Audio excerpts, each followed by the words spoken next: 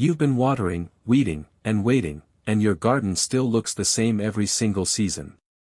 What if I told you there are plants that literally multiply themselves, fill in the empty spaces, and come back stronger every single year without you lifting a finger to replant them?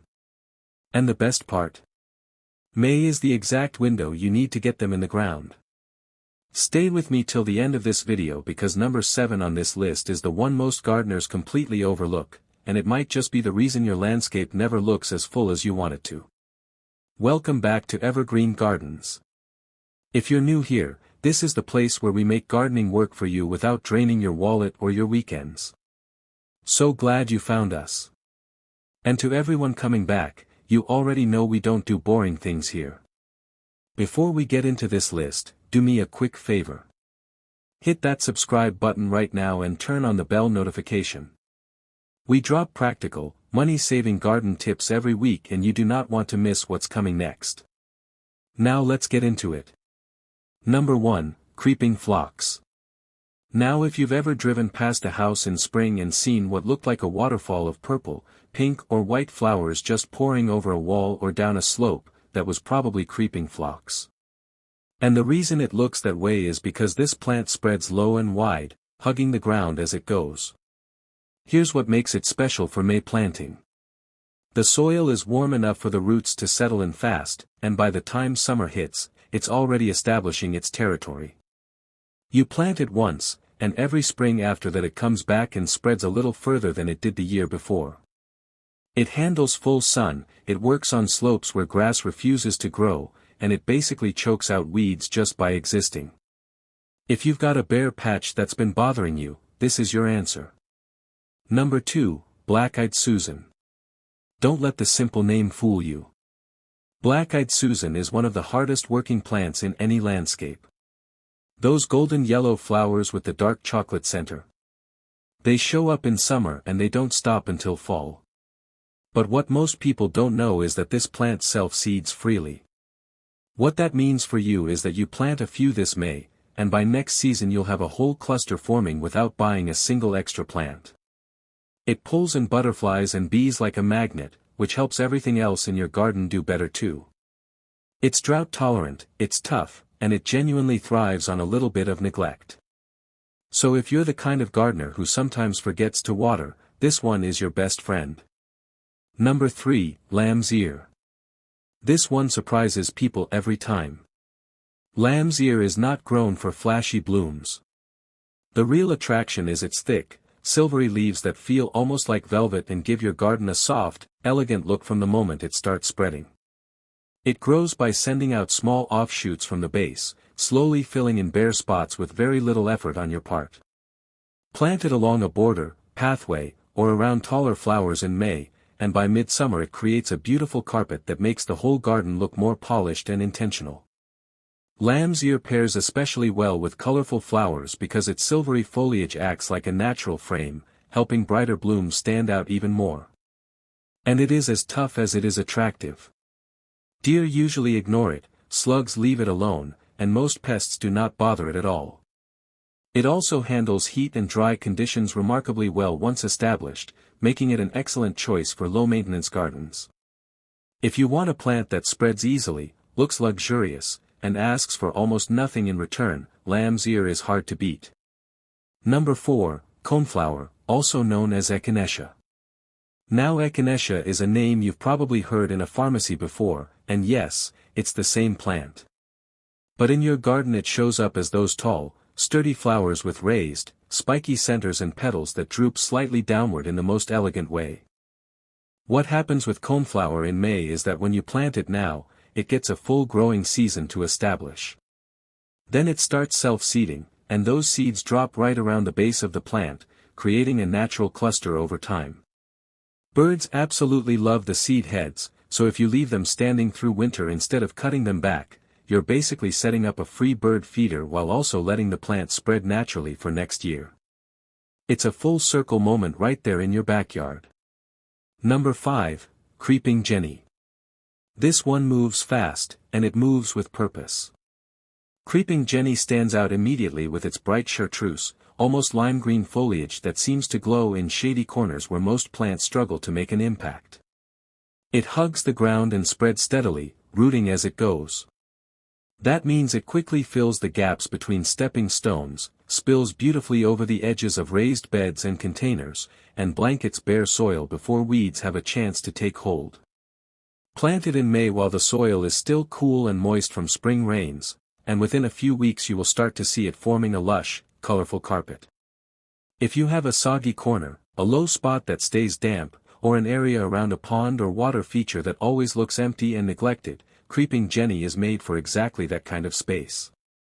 It thrives where many other plants fail, turning problem areas into one of the brightest and most eye-catching parts of your garden. Okay, pause for a second. If you're still watching, I want to hear from you in the comments. Tell me which one of these plants you're planning to try first. Drop the number down below. And if this video is giving you ideas for your garden this season, hit that like button right now because it genuinely helps this channel reach more gardeners just like you. Alright, we've got 5 more and they get even better from here. Number 6, Yarrow. Yarrow is the plant that looks like it belongs in a wildflower meadow but performs like a well-trained garden soldier. It grows in flat-topped clusters of tiny flowers, and it comes in yellow, white, pink and red depending on the variety you choose. What it does in terms of spreading is send out underground stems called rhizomes. So it's expanding beneath the surface even before you see it above ground. By its second and third year, a single plant has quietly become a colony. It also has a very unique quality that most plants don't. Yarrow actually improves the soil around it as it grows. It pulls up nutrients from deeper in the ground and makes them more available to neighboring plants. So it's not just filling space, it's feeding your whole garden in the process. Number 7, Sweet Woodruff. And here it is. The one I told you not to scroll past at the beginning. Sweet woodruff is one of those plants that experienced gardeners quietly keep to themselves because it solves a problem that drives most beginners absolutely mad. That problem is deep shade. The spots under trees, along north-facing walls, in those dark corners where nothing wants to grow. Sweet woodruff not only survives there, it thrives. It spreads into a low, soft carpet of star-shaped leaves and in spring it covers itself in tiny white flowers that smell faintly like fresh vanilla. It spreads through rhizomes underground, gradually carpeting the entire area underneath trees or along shaded fences. And because it stays low, usually only 6 to 8 inches tall, it never blocks the view of anything behind it. Plant it this May in your problem shade spots and watch the transformation by fall. Number 8, Bee Balm. If your garden needs color and life and actual movement, Bee Balm delivers all 3 at the same time. The flowers look like little fireworks, spiky and wild and bright, in shades of red, purple, pink and white. And the moment they open, hummingbirds and bees show up like they received a personal invitation. Bee Balm spreads through underground runners, creating a wider and wider clump each year. You plant one this May, and by year 2 you'll be dividing it to share with neighbors or move to another part of your yard. It's essentially a plant that multiplies your investment automatically. It also has a natural minty fragrance when you brush against the leaves, which keeps certain pests at a distance. So it's earning its space in more ways than one. Number 9, Sedum, also called stonecrop. Sedum is the perfect plant for gardeners who want beautiful results with almost no effort. Its thick, succulent-like leaves act as natural water reservoirs, allowing the plant to thrive in hot, dry conditions where many other flowers struggle. Once established, sedum can go for long periods without watering and still look fresh and healthy. The low-growing varieties spread steadily across the ground, forming a dense mat that works beautifully in rock gardens, along borders, and even between stepping stones or pavers. As the stems touch the soil, they root easily and continue expanding, helping to cover bare patches with very little maintenance. Upright varieties add another layer of beauty. They form tidy clumps of fleshy foliage and, in late summer to fall, produce broad clusters of tiny star-shaped flowers that attract bees and butterflies. This late-season burst of color is especially valuable because it keeps your garden looking vibrant when many other perennials are beginning to fade. Plant sedum in May in the sunniest, driest spot you have. It prefers well-drained soil and actually performs better when left alone rather than pampered. Over the next few seasons, it will quietly spread, fill in empty spaces, and reward you with reliable color year after year with almost no work at all. Number 10, Russian Sage. And we're closing out this list with something that looks incredibly expensive and high-end but costs very little and practically takes care of itself. Russian sage grows tall and airy, with long silvery stems and tiny lavender blue flowers that bloom from midsummer all the way through fall. When you walk past it or brush against it, it releases this gentle herbal scent that is honestly one of the best things about having it in a garden. It spreads slowly but steadily, and because it grows upright rather than along the ground, it adds vertical interest behind shorter plants. It also reflects light in a way that makes the whole border around it feel brighter and more open. Deer avoid it. Drought doesn't bother it. Poor soil doesn't stop it. It is genuinely one of the most low-maintenance, high-reward perennials you can plant, and May is the sweet spot for getting it established before summer heat arrives. And that's your 10 fast-spreading perennials that will fill your landscape, come back every year, and save you from having to replant, rebusy, and redo the same work season after season. Now I want to know, which one surprised you the most?